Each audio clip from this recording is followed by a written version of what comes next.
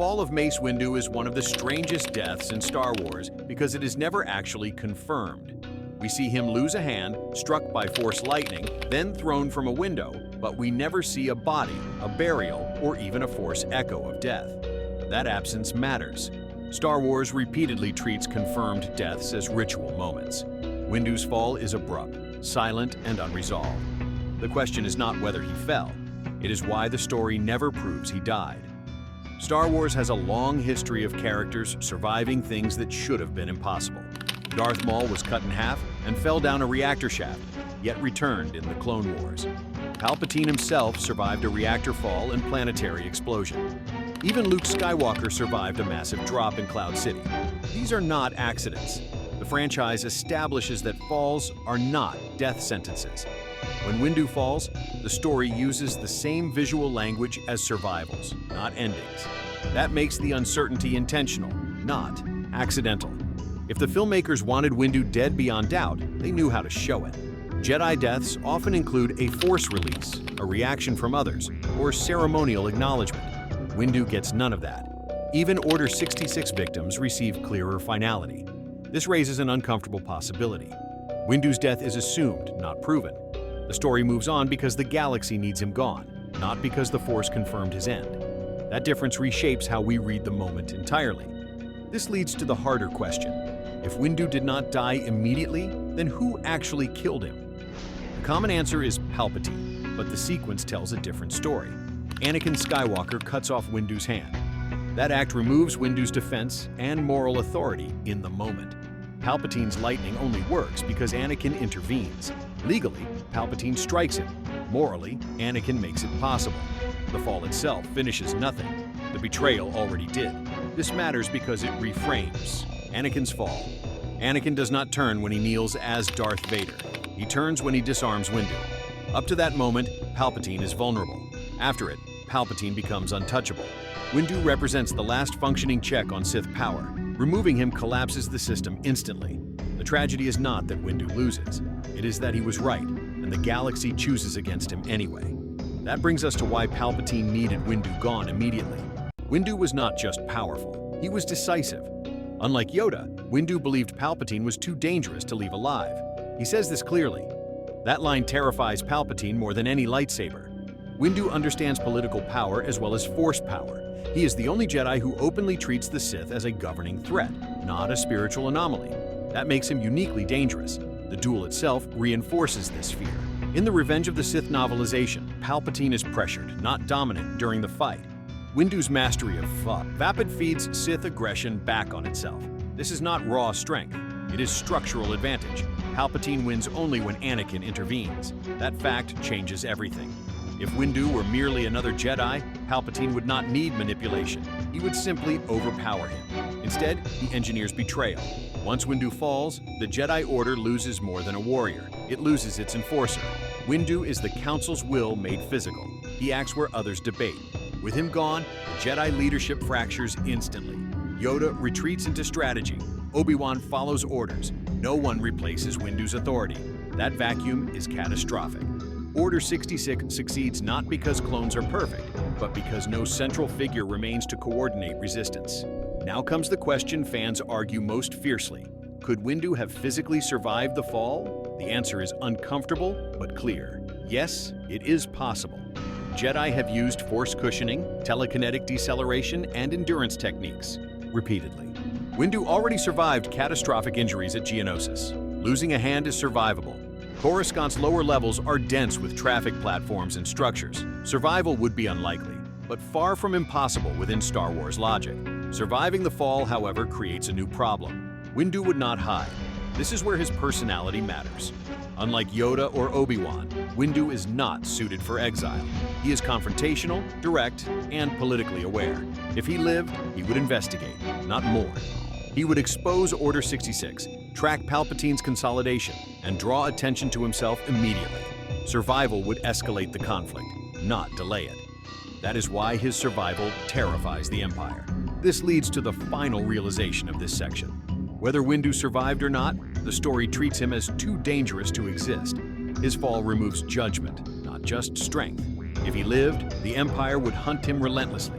If he died, it is because betrayal made survival irrelevant. Either way, Windu's presence destabilizes Sith control. That alone explains why his fall feels unresolved. Some characters are too powerful to conclude cleanly.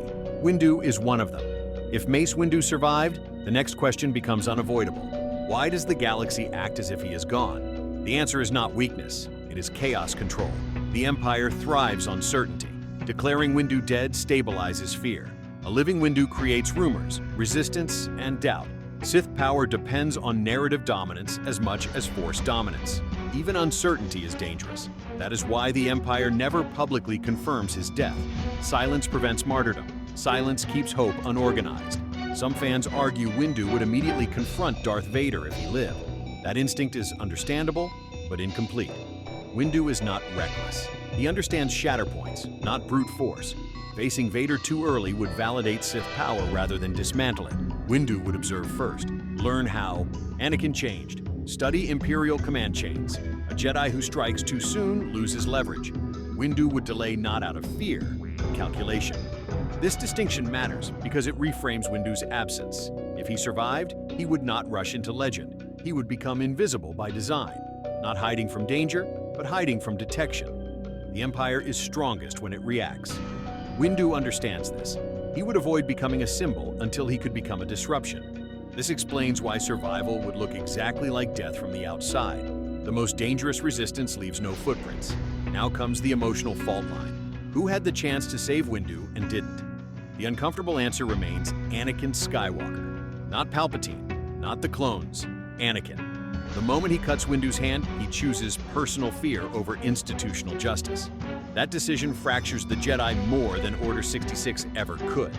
Even if Windu survived the fall, Anakin's betrayal is already complete. The damage is irreversible by that point. This raises another difficult question. Did Yoda sense Windu's survival? The films never confirm it, but Yoda's behavior changes sharply after Coruscant. He does not search, he does not ask, he retreats. That silence can be read as grief, but it can also be read as trust. Yoda understands when the Force is unresolved. If Windu lived, Yoda would know interference could endanger him. Sometimes the wisest action is distance. If this theory just made you stop and rethink Yoda entirely, hit subscribe right now. Drop your take in the comments. Did Yoda sense Windu survived, or was this the Force at work? From the Empire's perspective, Windu surviving is worse than losing Kenobi. Obi-Wan represents legacy. Windu represents judgment. He understands Republic law, Senate power, and Jedi authority simultaneously. That makes him uniquely capable of dismantling Palpatine's legitimacy. Vader can hunt Jedi, Inquisitors can kill survivors.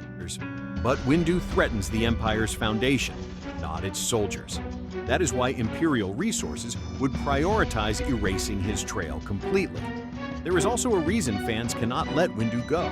His death feels unfinished because his arc is unfinished. He never confronts Anakin as Vader. He never witnesses the Empire's birth. He never sees the Jedi's consequences fully. Star Wars usually gives closure, even in tragedy. Windu receives none. That absence fuels theory, but also reflects something deeper.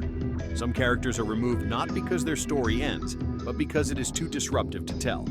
This leads to the idea many fans resist. Windu surviving might not save the galaxy. It might fracture it further. A living Windu challenges Luke's later role, the rebellion's formation, and the mythic simplicity of good versus evil. The story becomes morally complex instead of spiritually clean. That complexity is powerful, but dangerous for myth-making. Sometimes stories remove characters not because they are weak, but because they are inconvenient. Now we confront the hardest truth. Even if Windu died, Anakin killed him in every way that mattered. The lightning did not end Windu's authority. The fall did not destroy the Jedi. Betrayal did. Windu's final stand exposes the Jedi Order's greatest flaw. They relied on prophecy instead of accountability. They trusted potential instead of character. Windu was right too early, and that timing sealed his fate. So what would the galaxy look like if Windu lived? More fractured, more contested, less mythic. The Empire would face internal dissent sooner. Vader's rise would be challenged earlier. Luke's destiny would be altered, not erased. The Force would become political again, not just mystical. That version of Star Wars is less romantic, but more honest. Windu represents that honesty. That is why his survival feels plausible, and his death feels unresolved. In the end, whether Windu survived matters less. Then why we keep asking? We ask because his fall exposes fault lines the saga never fully repairs. Who failed him? Anakin. Who used him? Palpatine. Who hesitated? The Jedi Council. Windu stands at the intersection of all three. His disappearance allows the galaxy to simplify blame. His survival would force accountability. And that may be the most dangerous outcome of all. So, the real question is not, what if Mace Windu survived? The real question is what Star Wars becomes if he did.